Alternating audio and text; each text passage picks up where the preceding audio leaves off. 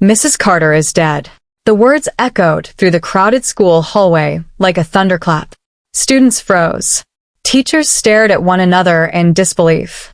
Parents gathered outside the gates, whispering in shock. For nearly 15 years, Emily Carter had been the kind of teacher everyone trusted. She taught history at a small high school in a quiet town in England. She was respected, admired, and loved by her students. She never missed a day of work. She organized charity events, stayed late to help struggling kids, and seemed to live the perfect life. But when police arrived at her home after reports of a suspicious death, they uncovered a secret so shocking that it would leave an entire town speechless. Because Emily Carter wasn't who she claimed to be, and the truth would reveal a double-life stranger than any crime novel. Emily first arrived in town in 2008. She was charming, intelligent, and warm. Within months, she became one of the most popular teachers at the school. She rented a modest house, drove an old car, and kept mostly to herself. Nobody found that unusual. Some people simply value privacy, or so they thought. What nobody knew was that every Friday evening, after saying goodbye to colleagues, Emily would drive nearly 3 hours away to another city. There, she became a completely different person. Different clothes, different hairstyle, different name, different life. In that city, she introduced herself as Rebecca Stone. And according to everyone who knew Rebecca, she wasn't a teacher at all. She claimed to be a successful business consultant who traveled internationally. The lies didn't stop there.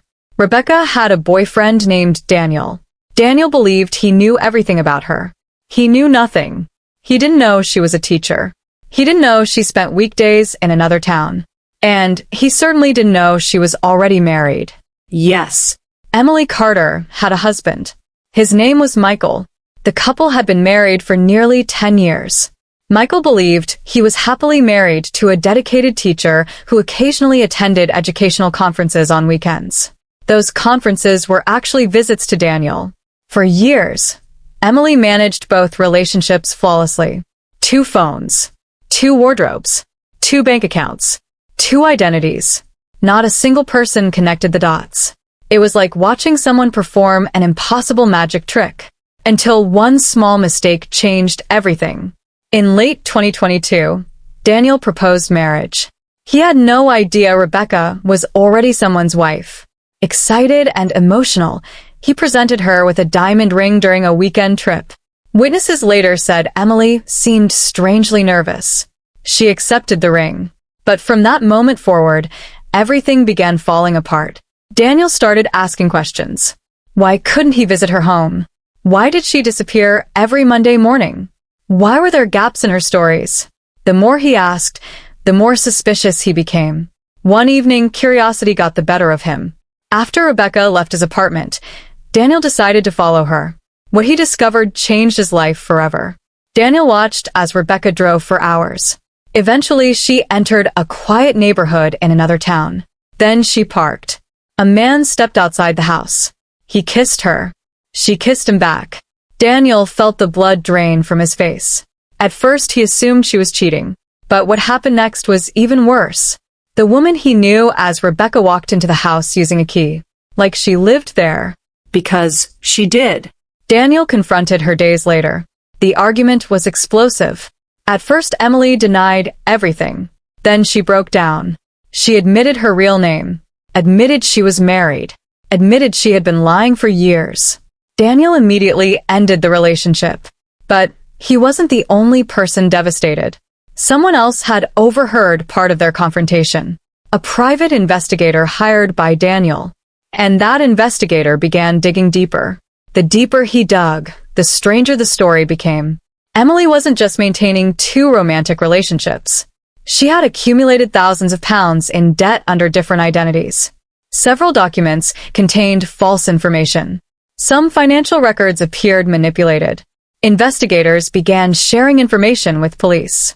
Suddenly, what started as a relationship scandal became a criminal investigation. Emily sensed the walls closing in around her. Friends noticed she became anxious. Coworkers said she looked exhausted. Students described her as distracted. For the first time in years, her carefully constructed world was beginning to crack. Then came the morning that shocked everyone. Emily failed to show up for work. Calls went unanswered. Concerned colleagues contacted authorities. When officers entered her home, they found her dead. The circumstances were mysterious. No signs of forced entry. No signs of struggle. Just a woman surrounded by documents, photographs, and years of secrets. Investigators spent months piecing together the puzzle. Boxes filled with fake records. Multiple mobile phones. Letters from Daniel. Financial documents linked to both identities. The evidence painted a picture of someone who had spent years running from the truth. As news spread, the town struggled to process what had happened. Students couldn't believe their beloved teacher had been living a secret life. Parents questioned how nobody noticed. Friends wondered whether they had ever truly known her.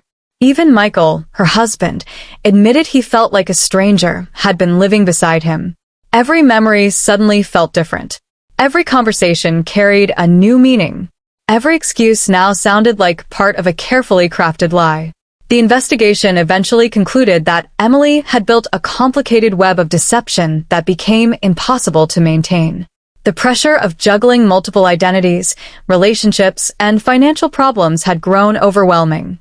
In the end, her greatest challenge wasn't keeping her secrets. It was living with them. The woman known as Emily Carter. The woman known as Rebecca Stone. 2 names. 2 lives. 1 tragic ending. And perhaps the most chilling part of all? For nearly 15 years, hundreds of people interacted with her every day. Yet not one of them realized they were only seeing half the story. Because sometimes the most dangerous secrets aren't hidden in dark alleys or locked rooms. They're hiding behind the friendly smile of someone you think you know. Someone sitting right in front of you. Someone living a double life.